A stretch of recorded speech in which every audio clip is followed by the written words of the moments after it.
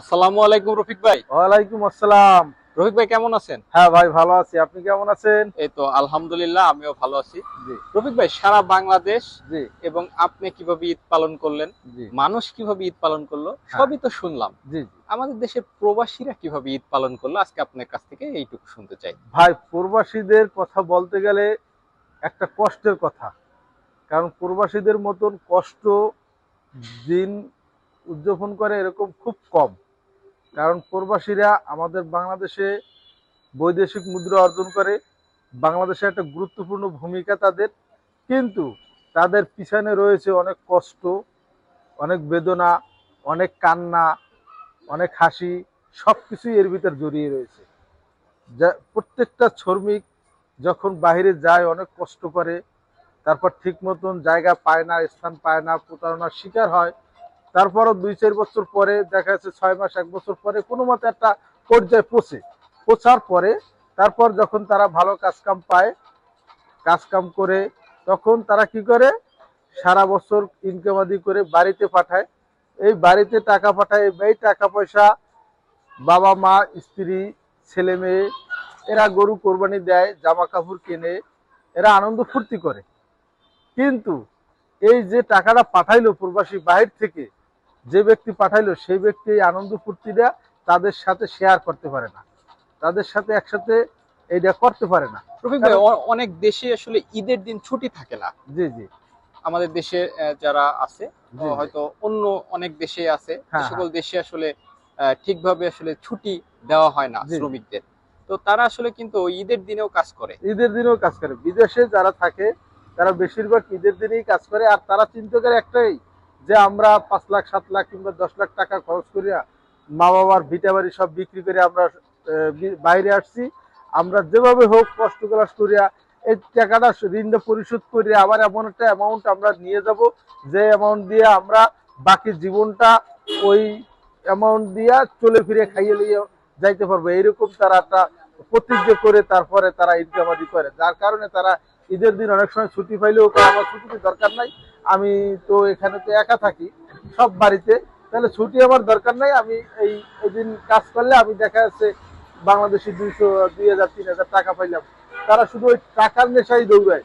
কারণ কবে আমাদের 2 বছর বা 4 বছর বা 3 বছর শেষ হবে, শেষ হওয়ার পর বাড়ি যাব, ছেলে মেয়ে স্ত্রী মা বাবার সাথে একসাথে আমরা আনন্দ ফুর্তি করব, এই প্রত্যাশা নিয়েই তারা সবসময় ব্যস্ত থাকে। এবং কি একটা দুর্ভাগ্য এদের, আপনি দেখেন, এরা কিন্তু সারা বছর ইনকামাদি করে, দেখা গেছে ঈদে বা কোরবানিতে এরা বাড়িতে একটা অ্যামাউন্ট পাঠায়। এই যেমন এই কোরবানিতে প্রত্যেকটা বিদেশি যারা থাকে এরা কিন্তু বাড়িতে একটা অ্যামাউন্ট পাঠায়, হয়তো 50,000 কিংবা 1 লাখ কিংবা 1.5 লাখ 2 লাখ এরকম একটা অ্যামাউন্ট পাঠায়, যে মা বা বাবা তোমরা এই টাকাটা দিয়ে কোরবানি দিও।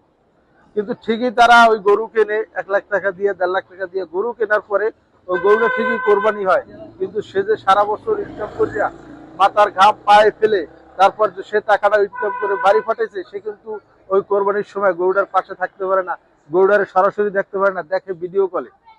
কোরবানি হয় ভিডিও কলে দেখে, গরু জবাই দেয় ভিডিও কলে দেখে, মাংস স্ত্রী ছেলে মেয়ে মা বাবা সবাই খায়, তাও সে ভিডিও কলে দেখে, কিন্তু নিজে এক পিস খাইতে পারে না। তাদের এত কষ্ট, এত তাদের মনে দুঃখ থাকি যায়। রফিক ভাই, এই যে প্রবাসীরা অনেক জি পরিশ্রম করে টাকা পাঠায়, জি। জি কিন্তু দেখা যায় যে পরিবারের সদস্য কোনো একজন জি। হয়তো একটু যদি টাকা কম পায় বা হ্যাঁ একটু যদি আরেকজন বেশি পায়, হ্যাঁ এই নিয়ে কিন্তু আসলে প্রবাসীদের পরিবারে অনেক ঝামেলা হয়। হ্যাঁ হ্যাঁ আসলে হ্যাঁ। তাদের উদ্দেশ্যে আপনি কি কিন্তু বলতে চান? তাদের উদ্দেশ্যে একটাই বলবো, তারা যেন সবাই এইটা বোঝে যে আমার ভাই বা আমার স্বামী বা আমার ছেলে কত কষ্ট করে বিদেশ থেকে টাকা পাঠায়, এই টাকাটা নিয়ে, এই জিনিসটা নিয়ে আমরা যাতে কোনো সময় কারো মনের ভিতরে কষ্ট বা ঝগড়া ফ্যাসাদ এগুলো না করি, এর জন্য তারা বোঝা উচিত যে আমার সন্তানরা, আমার ভাইরা, আমার স্বামীরা অনেক কষ্ট করে পাঠায়।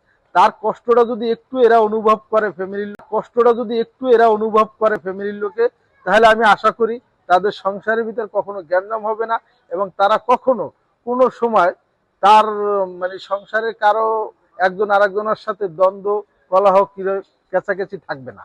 অর্থাৎ পরিবারের যে মানে মানুষের যে কথা বা যে অশান্তি বা কষ্ট, জি। এটা কিন্তু আসলে প্রবাসীদের মনে একটা ইফেক্ট ফেলে। এফেক্ট তাদের ফেলে। এর ফলে কিন্তু তাদের হ্যাঁ আসলে একটা হ্যাঁ কষ্ট হ্যাঁ হ্যাঁ। সৃষ্টি হয়। জি তো আমরা সবাই যারা আসলে প্রবাসী এবং প্রবাসী যারা পরিবার তাদের কাছে অনুরোধ করব যে আপনারা যতটুকু পাচ্ছেন ততটুকু নিয়েই সন্তুষ্ট থাকেন, জি। এবং এই প্রবাসীদের উদ্দেশ্যে আপনি এক লাইনে কিছু বলতে চান। হ্যাঁ, প্রবাসীদের উদ্দেশ্যে আমি একটা লাইনই বলবো, সেটা হচ্ছে আপনারা প্রবাসী যারা আপনাদের থাকেন তারা কিন্তু বাংলাদেশের যে ফ্যামিলি, মা বাবা স্ত্রী ছেলে মেয়ে আছে, তাদের উদ্দেশ্যেই আমি কথাটা বলতে চাই যে আপনারা সব সময় আপনাদের স্বামী যে প্রবাসী থাকে বা আপনাদের সন্তান বা আপনাদের ভাই যেই প্রবাসী থাকে, আপনারা তার ব্যথাটা তার কষ্টটা একটু অনুভব করবেন যে সে কত কষ্ট করে আমাদের জন্য টাকা পাঠাচ্ছে।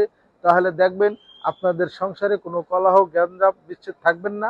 আর বিশেষ করে প্রবাসীতে যারা থাকে তাদের স্ত্রী ভালোবাসার মানুষ, সে তো দেশে থাকে, সেই দেশের মানুষটা স্ত্রী সে যেন তার স্বামীর এত কষ্ট এত পরিশ্রমের ফলটা যাতে কোনো প্রকারে বিফলে বা খারাপ কোনো কাজে না যায় সেদিকে যেন সে খেয়াল রাখে, এবং সে যেন তার প্রতি খুবই মর্মাহত থাকে যে আমার স্বামী অনেক কষ্ট করে আমার জন্য টাকা ইনকাম করে আমার সংসারে ব্যয়বহুল করবে, সংসার ভালো রাখবে, এতটুকুই যেন সে অনুধাবন করে।